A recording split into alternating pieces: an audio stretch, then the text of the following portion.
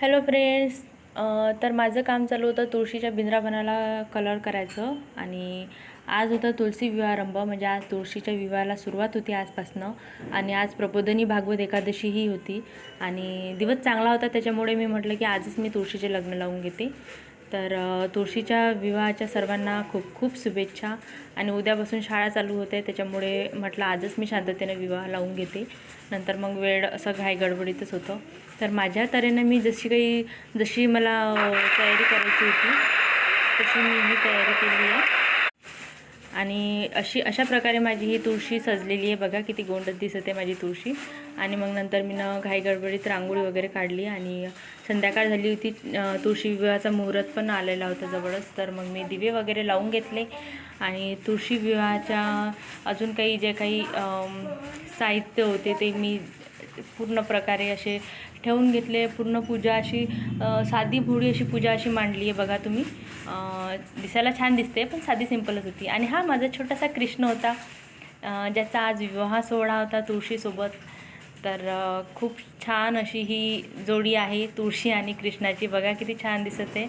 तर आज मी माझ्या तऱ्हेनं झालं तसं मी हा विवाह सोहळा पार पाडते. आणि हळद राहिली होती लावायची, तर मग मी हळद ओली करून अगोदर कृष्णाला लावली आणि नंतर मग तुळशीला लावली. जानवा वगैरे काय आहे ते तुळशीला घालून घेतलं आहे आणि प्रसाद वगैरे सर्व काही ठेवून घेतलं आहे. ते बाहेर गेलेले होते, त्याच्यामुळे मी थोडीशी वाट बघत बसली. नंतर मग ते आल्यानंतर आम्ही तुळशीचं लग्न लावलं आहे.